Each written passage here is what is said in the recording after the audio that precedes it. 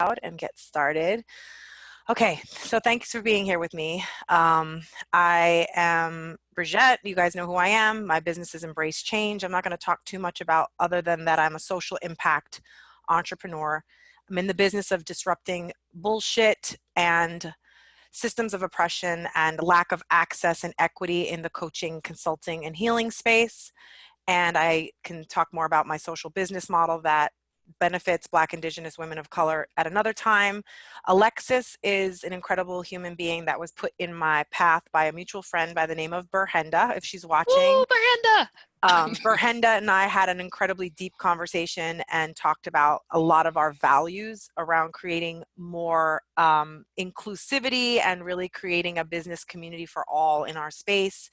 And she basically said, you need to talk with Alexis. And I felt at that moment that I was being given guidance to speak with someone, and both Alexis and I didn't know what to expect in that first conversation. And I remember within minutes just feeling so much comfort and alignment, like I've known her. We could talk about all the things. And then I remember, what was the first thing you said to me about, like, I didn't know what to expect? I didn't know what to expect because you were a white woman. Because you present as white now, I found out. But it was just like, all right, I'm spirit leads. I'm going to go ahead and see what this is about.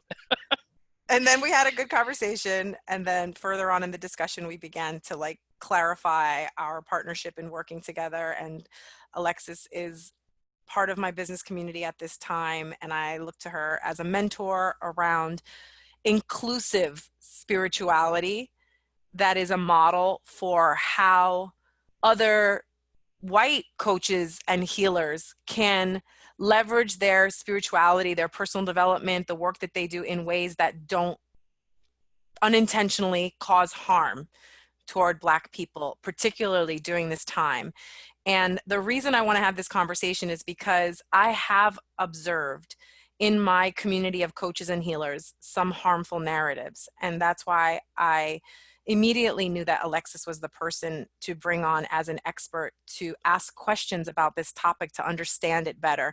Not only to understand what we might do that can cause harm, right? So looking at the actual problem and identifying the impact on Black people, how do we avoid it? How do we do better? So we're going to get to that part, but that's really what this is about today. And I want to start by you just telling us just a little bit about your purpose, how did you even come to this conversation? So I think so it's funny, my snarkiness wants to be like, I came because Brenda sent me. But True. Really, I have a personal life mission that it has a desire to help restore love to the oppressed based on my own spiritual awakening in 2016 and just realizing how deeply connected we all are. And so, that's kind of what I do. And though it's a multifaceted approach to it, the goal is to help restore love to people who were oppressed. Beautiful. So that is a powerful purpose, restoring love to the oppressed. And I know you do that through a lot of different ways. So can you break down 3 of the many things you're doing? Okay. So I facilitate monthly workshops with the Alternatives to Violence Project, where we go in and spend a weekend with incarcerated citizens, and we teach them. It's an experiential thing where we go through exercises to allow them to see their buttons, their triggers, to learn new ways to be able to communicate that do not lead to violence, especially since prisons are highly violent populations. I also I am a Peace Fellow for the Alternatives to Violence Project, and I'm working on a prison reform awareness project through storytelling. And then I work with individuals and couples to help them have healthy relationships in their lives. And that could be friendships, that could be a relationship with themselves, that could be a relationship with each other. But when you grow up in oppression, sometimes you don't know what affection looks like or the best way that it can feel to you. So those are some of the ways that I help restore love to the oppressed. Beautiful. And beyond those big, powerful initiatives you've helped, tell me about the more current things that you're working on in your own business. Yes. So what's coming up currently is that right now, with all the unrest in the country and the people of color, Black people and allies to Black people out here defending us, uprooting, rioting, however you want to call it. What's happening is a lot of people, a lot of white people, want to know how they can help. But we have all of these problematic things that can come up that may, even though they're well intended, I do not want to speak to intention, just impact, Yes. um, can cause a little bit of harm. And so, a thing that I'm doing, white people who want to be helpful, I want them to be helpful, so I want to help them be better at it. Yes. I love that. So we are going to depart from the premise of assuming that people are inherently well intentioned, right? But intentions are not enough. It's about understanding the actual impact of what we say and do, particularly that impact on Black people right now during this time. So the conversation is really going to move into how, as a white person or white presenting person like myself, right? I'm Latina, but I'm white skinned. I have white privilege. I still have a particular lens that I was raised with, which is I can't actually fully understand the experience of a Black person and how they might receive certain messages. That's part of my blind spot, part of my learning.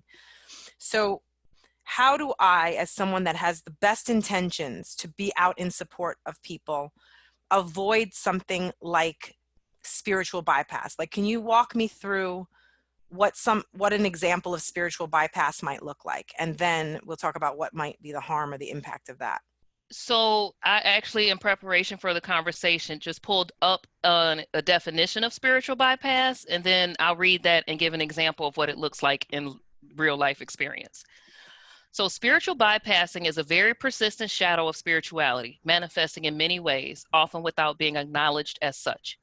Aspects of spiritual bypassing include exaggerated detachment, emotional numbing and repression, overemphasis on the positive, anger phobia, blind Yes. or overtly tolerant compassion, weak or too porous boundaries, lopsided development, whether it be cognitive intelligence often with cognitive intelligence being far ahead of emotional and moral intelligence, Mm, debilitating judgment about one's negativity or shadow elements, and a devaluation of the personal relative to the spiritual, delusions of having arrived at a higher level of being.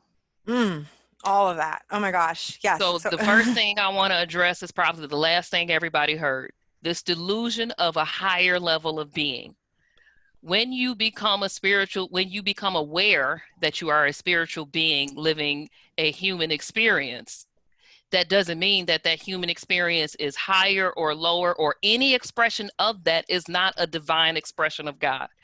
So I get a little frustrated when people call things of higher and lower vibration when it's just different. Of nice. equal value, Yeah. of equal importance, of equal relevance, because nothing exists without its opposite, and that includes every spot on the spectrum. So if you look at it like a this or a that, Yes. all that stuff in between also has opposites, and that Yes. makes the entirety that is the collective whole. Yes. So there's nothing that's not a divine expression of God. But Even even evil, and anger and anger, hate, rage at the what we're rage, feeling. Yes. if you look at it like more like this, you have like love that encompasses everybody in self-sacrificing, or included as a whole. Like, think of your super peaceful leaders: Gandhi, Buddha, ML, even though Gandhi was a racist, but MLK, all of your spiritual enlightened, Jesus, right? All your spiritual enlightened people. And then you got like Hitler, the devil, Donald Trump, all on this side. Right. What it means is that this is the love, the extreme expression of love for all, extreme expression of love for self, both divine expressions, Hmm. making an example of a process of being. Right.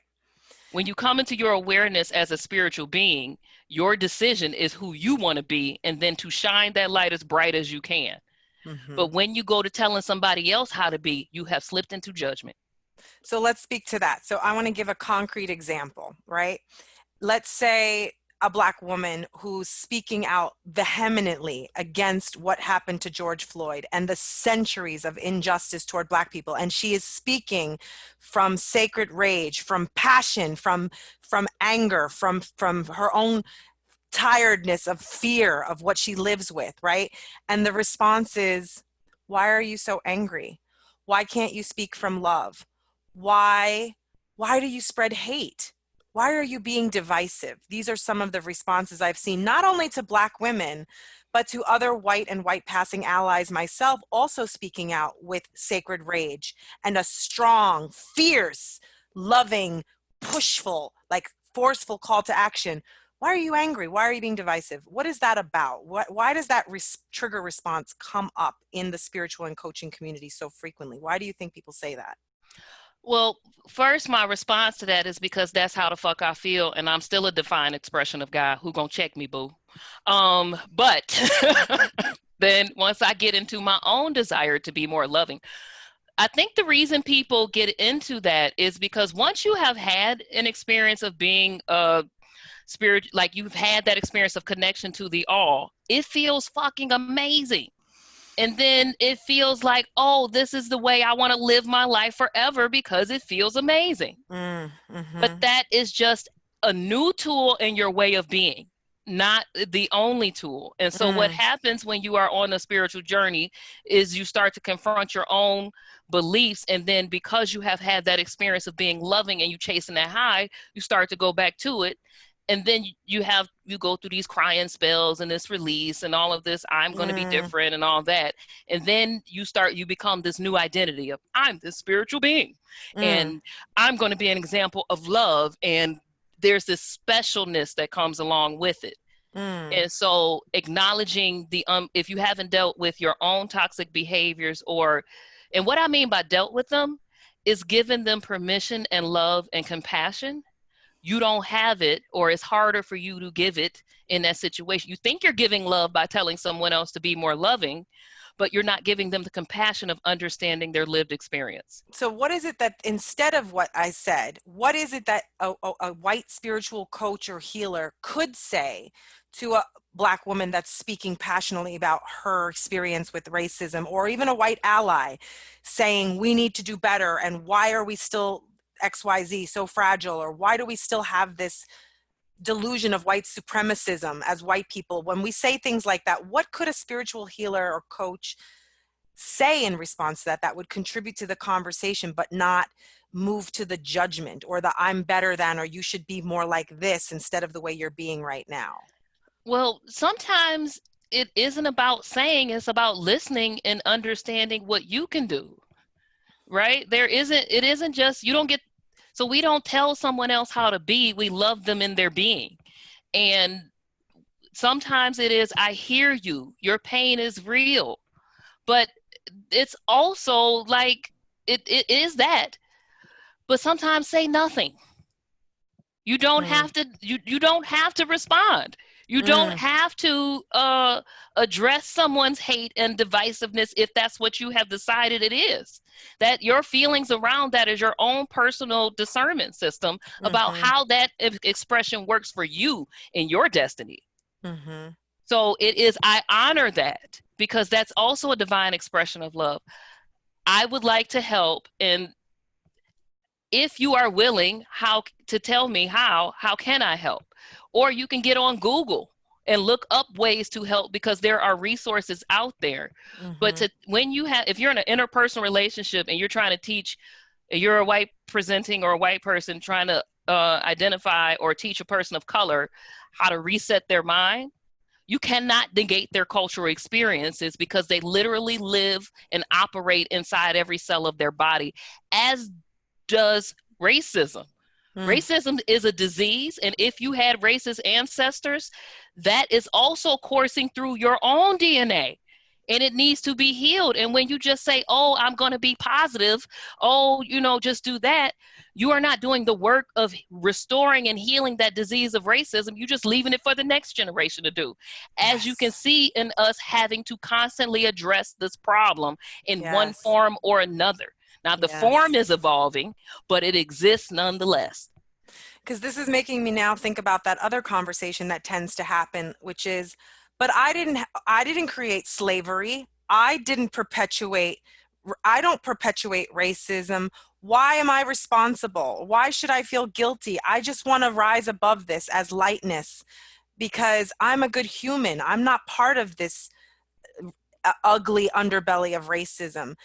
Is it possible to be a white passing or white person and not be in some way perpetuating bias or racist beliefs, given that everything we've ever been taught and shown since birth is conditioning us to see Black people as different, less human, or bad? We have to speak to our psyche and like what we learn, because it's all about the narratives and the stories and the images and the beliefs. Like when you think about everything from books to radio to early television to films, everything we've been shown, whether we're aware of it consciously or subconsciously, has been showing us Black people framed in a very specific way for a very specific reason. How can we, even as well-intentioned people that feel love in our hearts for Black people, that have Black friends, that want to help Black people, how can we engage with this inner pain that we all have in ingrained racist and biased beliefs? Like, how do we navigate that shit without just falling apart into shame and pushing it down? How do we remain spiritual and in love with that duality of what is the truth, that we all have, that we can't get away from it? Well, first, if you accept that we all have it and we can't get away from it, then why are you feeling guilt and shame? That's your response. And I get that it's a normal response, but that is not accepting what is. That is, if I accept what is, now I feel like I'm responsible for the past. You're not responsible for the choices of the past, but you're responsible for your choice today on how you can impact the future. Okay, beautiful. So it is I see this a lot with white fragility and defensiveness and these things. And I'm often like, why do you feel guilty? Because you know you have some bias. But instead of doing the work to defend, to address the bias and insert a new behavioral response to it that will last for the generations to come, and that is how the generational wound gets healed, you go into this defensiveness of deciding that that's not who I am, simply because it's not who I want to be. Yes. And that is in my opinion, is an expression of the individualistic nature of white culture. Every time I talk to you, my head is like, because this is part of that, again, the ingrained narrative that is like, I am so important. I individually matter a lot. Even if you're a person that believes in collective healing and the collective whole and all that stuff, we still have that side of ourselves that's very ego driven. And we want to be emotionally safe, and we want to be seen as good people, and we don't want to be told we're bad. But that's part of our own ego. Like, why can't we receive that? That's your own unhealed shame. It's your own here's the thing. Once the ancestors dip out and go into the collective consciousness, they can understand the atrocities of their behavior, and thus their feelings of guilt and shame live in you. Now, I want to take this time to explain a little bit about epigenetics. Please. Maybe if I get into science space, maybe some people can understand it a little bit more. Please bring the science. So we all understand that our DNA is passed on to us generationally. Right, it gets passed down. The two parents get together. The X and Y's decide what you're gonna be. But check this out: we were present in our grandmother's wombs, and our grandmothers were present in their grandmother's wombs. And so, what epigenetics is the study of one's lived experiences on the epigenome, which is what gives the instructions to the genome, which is what tells the DNA how to express itself. So every DNA has what's called methyl groups, and the methyl groups suppress certain things because we have a copy of our DNA in every cell of our body, but our skin cells can't become kidney cells, right? The methyl groups say, hey, only express this part, right? So I'm gonna suppress everything but the kidney cells, and then anything related to the kidney cells, this is how you develop. But then we have histones, and histones affect how tightly wound the DNA is around itself, which is like a volume dial for how much or how loud things get expressed. So like if you look at mixed children, they come in different ranges of color because the volume is turned up or down on the way that the color gene is expressed. I'm not a scientist, and I may be butchering other parts that I don't know, but this is the way I understand it logically in my mind. So every single cell in your body has its own methyl group and histone signature.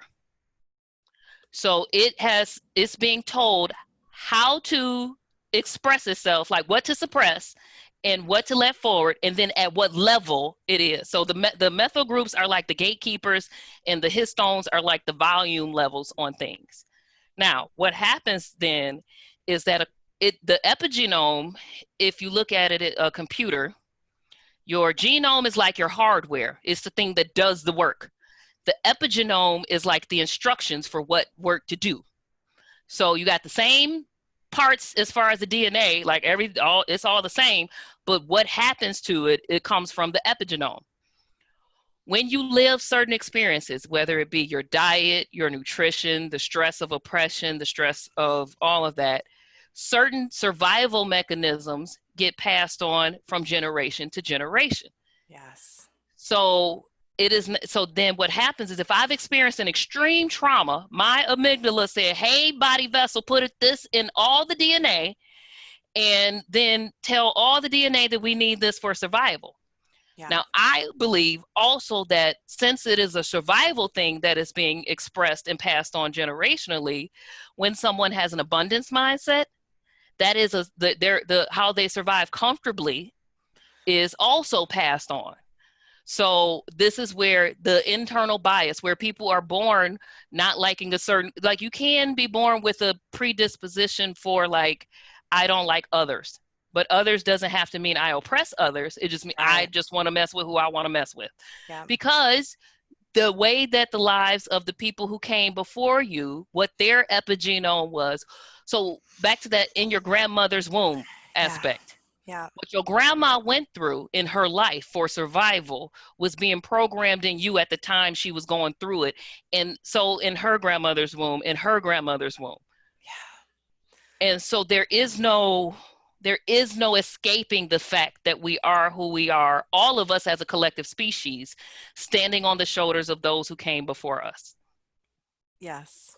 So that is...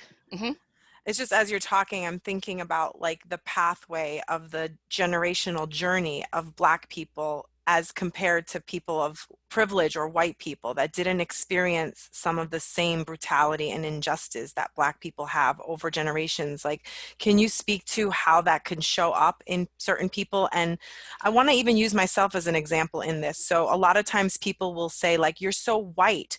Why do you feel the kind of rage or around Black people's experience or the injustice? And then I have to remember that I am 75% the colonizer and 25% the colonized. And I don't know what's expressed in me, but I do know that my mother's grandmother was raped by Spaniards probably and brutalized as an Indigenous woman. And I don't know what the epigenetics and the chain goes back to our African ancestors and where that got mixed into our bloodline, but it's there. And so can you speak to just the generational levels of what Black people have experienced and how that could show up for them and how we need to understand that as white people to be able to hold compassion for whatever expression that they're feeling about this current situation? So what happens then? So a way to express this or explain it, and I'm going to use the extreme of George Floyd's murder as an example, although I definitely do not want to, like George Floyd his murder is for police brutality is like Rosa Parks refusing to move to the back of the bus. It wasn't just Rosa Parks that decided for everyone to change the bus system. She was just fed up for the whole collective her cultural consciousness. Right. So when I see George Floyd be murdered, who is a Black man like my brother, a Black man like my nephew who is 14 and taller than his father, a Black a Black person. Hell, Breonna Taylor was murdered in her house and her boyfriend was arrested for trying to defend her. These things don't just trigger me, they trigger my ancestors. There's something that when that happens, my survival mechanism for what happens when that happens is activated because my methyl group suppress, or my histones say, hey, you need to turn the volume up on surviving because it's not safe. My amygdala gets overdeveloped and living in constant anxiety and making sure I'm doing everything right because I don't want to have to deal with an effect of oppression. It is not always murder. It is all the gaslighting. It is the not getting the job. And I don't know if it's because I'm Black or a woman or both. It is the fact that if I get pregnant, I have a higher rate of my child dying because I have to deal with the stress of having a code switch in my corporate job. It is the level of microaggressions that I have to deal. Is people talking to me louder like I'm stupid because they can't understand me speaking Ebonics. It is, I saw a video with a good way to explain microaggressions as like you get one mosquito bite, it's not that big of a deal. But as you can see, if you watch Naked and Afraid, you get hundreds of mosquito bites, you're Die. losing your mind, jumping out of your skin, and you're real cranky with your partner. Right. And they have fights. One person got kicked off because she threatened to kill the other person. Like, this is It's how, a yes. cumulative effect of microaggressions, and it's not just like one thing here and there. It's that. But every single microaggression activates my survival need from the generations before me. So that cumulative effect is compounded generationally. Yeah. Period. It activates every single time. And I do have to say, this is just me, but I believe it exists on both sides. And you can see it in the Amy Cooper liberal video. I don't think she knows that she knew that she would have done that. But that vileness lives in her. Right. And that is my opinion on it. That's my judgment. Yes, it was vile. Even though it was a divine expression of self-love, it was still a vile one. And it creates a lot of harm and negative impact, right? And Yes. so this is really incredible that you are taking the time to walk us through all the science. And I kind of want to keep bringing it back to like, how do we avoid responses to people that diminish acknowledging their lived experience or the complexity of what they're coming from and why they're feeling the way that they do. Like, how can we as white allies show up in support of our Black friends, our Black colleagues, if we are spiritually oriented? How can we do that without these harmful platitudes that are talking about why are all the Black people so angry, or why are Black people rioting? When someone asks me that, I'm like, are you really having a hard time understanding why a Black mother or a Black person that has a family member, like you said, that looks like George Floyd, are you really, if you're really having a difficult understanding of why a person that could see their own loved person being in that very same situation and had experienced things in their life that bring them close to that very fear of being harmed by the police or people in a position of authority, where is the struggle to equate and understand why a person like that would want to go out and protest or even do something more aggressive? Like, where is there a disconnect for people in understanding that that is a completely normal expression of all of the injustice perpetuated toward Black people? The disconnect is in trying to understand. You can't. Period. And know that you can't, so you don't have the right to speak on it from an opinionated perspective.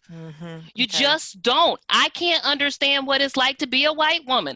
I can't manifest a consciousness of white privilege. I can't manifest a consciousness of white entitlement because I have not had that lived experience. I can understand the logical steps that you tell me that lead up to it. I can look at your display of emotion and try to put myself into your perspective. And that's important, into someone's perspective, not just you in their shoes. Because if you try to put yourself into someone's perspective, that means you take away your knowledge and you put as much of their knowledge in their at the time of decision making as you can when you're deciding to make a judgment on what it is that they're doing.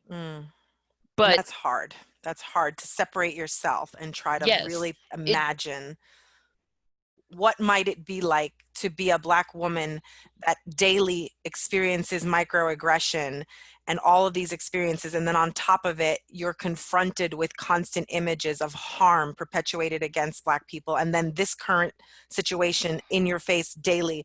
Like, could you I try to figure out how you might feel or respond to that? You could, but for me, if you're not in your spiritual practices if you claim love and light, if you're trying to understand in order to validate an expression, Mm, right? You don't get to validate someone else's, validation is a feeling that can be transferred, but as far as like deemed correct or incorrect as a response, you don't get to do that. If mm, you are being a loving being, then just be that. If that mhm, person is angry, be loving. Don't be like, why are you? Soon as you say, why are you? You are mm, in judgment. You are in your own experience and not in theirs. You are mhm. not operating from the compassion that you want to embody. Yeah. So don't tell Period. people how to feel. Don't No, don't try to correct people on their response. Just simply seek to understand and support people where they are is one I concrete would thing like that to we can support do. you. I would like to support you if you're willing to tell me, how can I? And that's an important piece there, because we have to imagine that not all Black people right now want to have to do the labor to explain to white people over and over again what is needed or not. So I have an example right now where I have a Black colleague who said, I have suddenly tons of white women in my private messenger that I haven't heard from in eons, But that I'm we're their not Black that friend, though. that I'm not quite close with. And now all of a sudden I'm getting constant inbox messages like, how are you? What can I do for you? What do you need? Like, is that useful? Like, how should we actually be using our time as white coaches and healers that are spiritual beings that want to serve, that want to help? What should we actually be doing with ourselves in So you should be Googling or asking other white allies that you know, how, like finding your own resources, addressing your own biases. If you have Black friends, you could say something like, do you have the emotional space or do you have the emotional capacity to be able to help me understand? If not, that's okay. I would like to help. I'll find other ways. And that gives that person the opportunity to say yes or no from a loving place. because otherwise we get running into the danger of the white saviorhood complex that comes out of white guilt, is like, I'm feeling bad and guilty or whatever I'm feeling about this So current let me situation with use George Floyd. you. So let me figure out how to find Black people to assuage my guilt or figure out how I can give, versus let me be in a receptive place of like, what are people asking for and what do they need and how can I go to and give where it's being asked. Yes. Because when you do, so here's the thing. In my early spiritual walk, when I was practicing my own spiritual bypassing, I am all the way emotionally equipped to have these conversations, and I ain't never had no fear. Well, I've had little fear because I come from a pack of wild women, um, to have a conversation. But I had a conversation with a 70 some odd year old white man about the race situation, and he claimed himself to be spiritual, and so he was bypassed like, I don't even know why we get into all of that race stuff anyway. We're all just these spiritual beings having this. But in that conversation, that motherfucker sure said to me, you ought to be grateful for slavery, otherwise you'd be living in Africa in the bush. He did not actually say that. No, he did. So within we, the so we were context of screaming his at each other at the spirituality, time. wow. We were in my house. We were And in those the are church, that's in like the church doing that. that's the inside voice that's like, I Yes, can't believe that just came out, but this is the truth of like, we may not know that we hold a belief like that, but it's there. And when yes, triggered, white people will inadvertently release those narratives of bias that we've been coded with, and then again the reaction is to go inside and drive it down out of shame and present as having risen above. And then there's this narrative that kind of really irritates the fuck out of me, if I might say so, is that, I get from an intellectual academic, racism is a construct that was created to divide, it's not real. Yes, but we've been living under that construct for centuries. And just by waving a magic wand of like, well, I don't believe in racism, so therefore it doesn't exist, That's not working. Let me say this in spiritual terms. The individual superconscious will cannot be superseded by the collective conscious will. So the collective superconscious will's penchant for loving the comfort that oppression brings means that the oppressed is going to experience a life of oppression even if they're able to rise above it. Period. So yes, that's that individual. I didn't get to address it earlier. The individualistic nature of white culture. I am spiritual, so I can beam the light out everywhere, not counting for the fact that yes, you are, and you are projecting that, and that does affect the globe. I'm not saying that it doesn't, but the other biases, that bias that exists, is still there. Your thoughts go where you send them. Mm-hmm. That's where they manifest. So if if racist Uncle Tom, wow, that was no pun intended, but racist Uncle Jimmy is, out there spewing hate and venom and President Trump is radicalizing all of these people and exploiting their fear. That's the same that was done in the 70s with COINTELPRO and J. Edgar Hoover.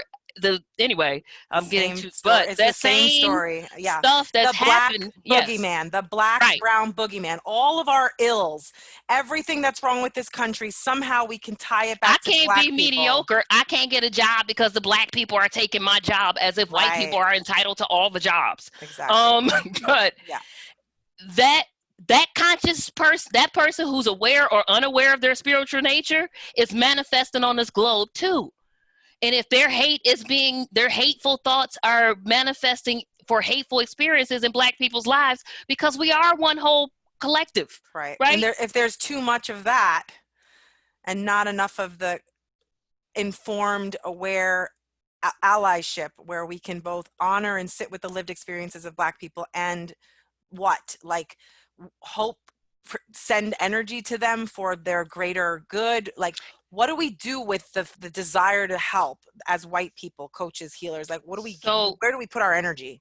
What your modality is, you can do. If a black person is willing to let you be spiritual and energy work on them, then you can. Right? You can offer that as a service. Hey, I am a hypnotherapist in tune with past life regression and healing. Mm-hmm. Offer that shit pro bono, because due to oppression, a lot of us can't afford it. But the more, I'm going to say it in Jesus terms, what you do to the least of us, you do to the whole of us, right? The whole species is limited. The whole species evolution is limited by the oppression of the least of us. Mm-hmm. And I only mean that least in this context, because I'm feeling all kind of triggers from calling myself, like when I'm referring to people of color as a least. But how we think of them. Right. Lesser means. There we go. And so offer that. But if you don't have a person, people who learn Reiki or whatever their spiritual modalities have to do practice beaming that love and light. Do that as a spiritual practice for yourself. For my practices, and I practice African traditional religions, last night and even right now as we're talking, I am sending light to elevate the spirits of the slain, the recently slain, because guess what? When you die a traumatic death, that stuff sticks with your consciousness, and until you can unravel it, you can't elevate. Yeah. So I'm doing that, and I got all kind of goosebumps and feeling like a hug right now. When you do those things, if you truly believe in the power of your energy work and that you are affecting the whole. Yeah. But us spiritual beings do not live on this planet with everybody being conscious. Right. We just don't. So yes. Would it sound like a better use of our energy, my energy as a white ally, to, yes, send good energy to my black women in my community, yes, send them business, yes, send them opportunities to be supported or sponsored during this time, but would it be a better use of my time as a white ally to have conversations with other white people that trust us about their own biases and spiritual bypass if I'm noticing it in my community? Is it possible that white people need other white people first that are more palatable and familiar to them, that they don't get triggered in fear by, to have those conversations with them about spiritual bypass or harm toward people of color? So I can't speak to the first nature of it because I don't know what it's like to go through that I'm not a white woman, so I have not been in that journey to know what that journey's evolution is. Mm-hmm. But if I am theorizing solutions, then yes, for sure we need white people to help solve a white people's disease.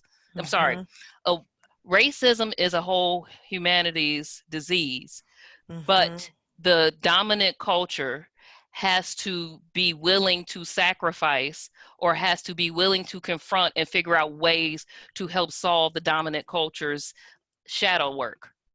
Um, Yes. and so sometimes if when he said that to me, I got instantly triggered and we were yelling and screaming at each other. And Mm. because I knew I was ready to flip the table and all that shit, I left. Right. Because guess what? If I flip the table, I'm going to jail. Right. So I'm going to leave. So I don't even get to express all my rage because I'm a Right. person of color.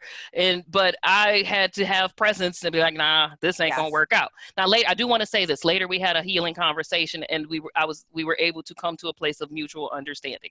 Yes. Um, but if I'm your enemy, you don't value my input. The problem is that my expression of my lived experience is already being diminished and suppressed. So when you say something like nobody wants to be checked all angrily, right? Nobody wants to be all like, I get why I understand I will say this. I understand the reaction of white fragility. I just feel like that's not where the buck stops. So yeah, you will need, if you have done your work, it is incumbent upon you to help another white person do their work. That's my personal ask. I don't care if it's your husband, your child, your cousins, everybody. Help them understand what you now know. Because guess what? Yes. You're being the biggest, brightest light you can be when you're doing that. That's an act of love and kindness to the oppressed that does not shame the oppressed or blame the oppressed. And Beautiful. what I used to feel when people would be telling me your thoughts manifest your reality, and even I would do it to myself. You manifest your reality. If I'm having an unpleasant experience, that's just my fault. And that Right. feels like I'm diagnosing and blaming at the same time. Right. And Like that's just not true. if someone is racist and biased, maybe not even aware of it, but you're experiencing that and you're experiencing harm, it is causing a person of color more harm to say your thoughts or you are manifesting that, because that really is implying that Black people are creating Or racism you or bias. And or that you're is just, inviting that to you into your and experience. that's ridiculous, right? That's to negate the history of all that has and has come before, and to turn a blind eye to the actual lived experience of Black people. And I feel like I do need to say this. For me personally, as a white-skinned Latina, I have found myself in this journey becoming more evolved as a result of having more deep conversations with Black people who are actual friends and peers. And I think part of what I experience as a problem for many white people is that they're just surrounded with other people like them, and they may know some Black people or have Black people in their community, but they're not actually having the kind of deep conversation where they're like really listening to the lived experiences of Black people telling them, this is what happened to my grandmother, this is what happened to my father, this is what happened to me. And if you start talking to 5, 10, 15, 20, 100 Black people and really listen to their stories, then you start to unlearn the narrative that this is made up, that Black people are just exaggerating, or that bias or microaggressions are not real. Because I feel like part of the work is to take away the delusion that we have as white people, because we're not listening to enough people's stories. Here's something that people can do. Open your mind to the possibility that what people are saying is true, and try to understand from that point, right? You still get to decide what your own truth is. But if you have decided before you try to understand, then you are not deciding that truth. You just decide, you're not you getting all the data, Yes. right? Just because I tell you my point of view doesn't mean you agree with my point of view, Right. but open your mind to understand it as a possibility. Yes. Then you can do your own research and you'll see the ways that this has played out. But history is written by the victors unless you go and find history books of non-victors to search. So Thank you. here's an example Thank that you. One I more have thing. my Thank you. own problems with existing in as a Black woman in the United States who is a child of an addict. So my mother went through a series of life's griefs, meaning her father died, her child died, her mother died, her ex-husband, who was still the love of her life at the time, died, all within like 6 to 7 years. Mm-hmm. Now, that happened to her, and she turned to crack as a well, first she was she liked to party as a sense of relief, but then crack got her hooked. Now, in order to fund the Nicaraguan war, because Congress would not do it, they flooded crack into the communities and used that money to fund the war. Right. So now the government, this is the United States government that did this. When you want me to have a trust in a government that is fine with impacting my community because we don't look like their community, in a way that all of my life's lived trauma and my abandonment and neglect and me having to learn what affection looks like because I wasn't raised with affection, all of that is because you wanted to fund a war and you had zero regard for the impact of your decisions because they didn't look like you. There are recordings of the leader of the FBI teaching how, okay, so we can't say nigger, nigger, nigger anymore, but what we'll say is, I can't even remember what he said, but the radicalizing people against the Black Panthers, like Yes. they're the demons, they're the Yes. worst thing, the thing, like, so right now, Donald Trump, Antifa is a terrorist group, but you will Right. not label any white groups as As terrorist terrorists. groups. There's Right. very It's all fine about people on both language, sides. So language you and do that, and messaging. people's languaging their mind. If Yep. I have a little bit of a feeling that sounds like what it, so like say his language triggers my own fear and rage, I've decided that that's true because it made an actual reaction in me instead of doing that work. So Because I've then been even, programmed with those stories and right, those words my whole life, and but I don't Bridget, know it. check this out though. It don't matter when you confront it with the truth. You already been programmed and conditioned. So you So your body, reject, even if you've done your work, your bias gonna come up anyway. to Right? reject and say no. Right. And if you doing the research and practicing being different is what you can do, Beautiful. because these things are in you. You've been conditioned this way by forces Yes. outside of you. You Yes. white people are a victim of oppression, of racism too. So oh my God, that's what needs to be You said. should be mad. I just want to say this. All. If you are not a rich white person, you should be mad that they're willing to sacrifice the quality of your life to keep you poor and use racism and manipulate you to be something you don't want to be because of it. Yes. You should feel outraged you should feel victimized too. I love it. We have to pause on this note, but this is so powerful because this is the message that I need anybody that's watching that is a white person in my community, you know that I'm here to support, educate, engage around these conversations, but we have to own the truth that we are all victims of racism, not just Black people, and we have a vested interest for our own wealth and well-being and all the things to dismantle racism. Yes, we should all want to dismantle racism because of the harm it inflicts on people of color. But we also need to want to do the racism work for ourselves. Otherwise, we're not going to be motivated to do it. And we have to understand that we're suffering too. I also want to leave people with this practice before we go. I practice ancestral veneration, which means I honor and uplift my ancestors. And I also send healing to some of their traits that are in me, because I do believe in the power of intention over my own histones and turning my volume up on the DNA that lives and courses through me right now. White people have ancestors too. You can do your own healing prayers and your own healing, whatever rituals that you're going to do to heal things like greed, to heal things like hate, divisiveness, the willingness to power, to have power, right? Like, I got to have power because I'm afraid of not having it because of all of my own atrocities. Mm-hmm. You can heal those things in your ancestors if you are a spiritual person, and you need to do that. And that will call forth the physical manifestation of the healing that needs to happen in your your own physical experience. Beautiful. Beautiful. Thank you so much for all of this and for your time. And you know, you and I will be working on how people can promote and invest in your wisdom and leadership and in your work. You are going to be putting out an offering in the future to our Yes. community around this work. So please, if you're watching and if you're benefiting from Alexis's wisdom, reach out to me if you feel called to contribute or sponsor toward Alexa's wisdom, the My years of. Cash App is $WeAreIM. Drop it in the Facebook post that I did. But when I share this video, we can share that. But please, if you feel that you've benefited from this session and Alexa's wisdom and education, please compensate her for her labor and her time. And she will also be putting together an offering for her community. And my sense is that we'll have opportunities to sponsor Black, Indigenous women of color in her work that she does in the world. And if what Alexis is doing resonates and you feel called to support her on a deeper level, please reach out to one or both of us, and we can talk about how we can do that together.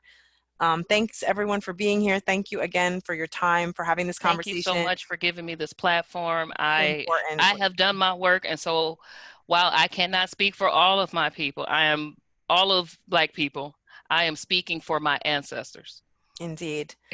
Yeah, and I'm here speaking for mine because again, Yeah. I'm both. I'm the white people that came and conquered and did the harm, and I have to live with that and unpack that.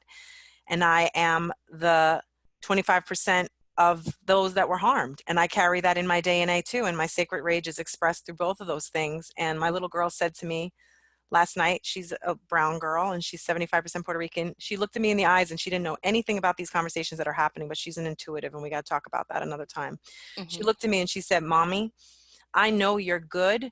You have the bad man in you too. This is my child. She said, you have the bad Wow. men in you. Your bad ancestors are in you, the people that took and the Wow. people that were bad.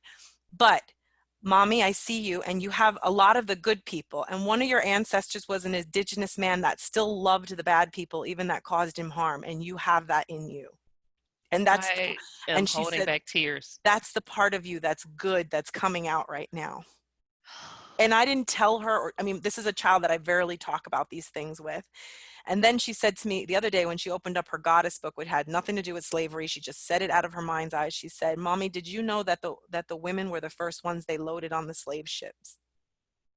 And my whole blood ran cold because it didn't say that anywhere in her book. I read the pages that she was looking at. And she said, and Mommy, I'm willing to die so Black people still don't have to be slaves right now. And we've never had a conversation about Black people still being enslaved in any way. And she said to me, I'm willing to die so that Black people don't have to be slaves anymore. And it's like, I believe all of us have that part of ourselves that is automatically geared toward and oriented to our highest good, that we can serve and do the right thing and be on the right side of history. And it's each of us has to engage with the dark side and the light and figure out how we can be at peace with the fact that we have this sinister disease of racism inside of us, and that it's not our fault necessarily. And it's okay to own it and see it and do the work, and we can still do good and be good people and live with the duality of that. Yes, you are. If you want to be better, I mean, well, rating people as good or bad, that's a thing too. But your intentions matter. Is what you do with them that determines the impact. Yeah. So thank you again. I mean, this has been an Thank you. incredible opportunity for me to learn. I'm so grateful to have you in my community, especially in my community of healers and coaches, to be able to give guidance and support for them. And I'm excited to continue this conversation with you another time and go deeper. So Me too. Thank you. thank you, beautiful woman. I will talk to you. I'll see you tomorrow Okay. on our call. And I'm going to stop the recording and I'm going to say thank you to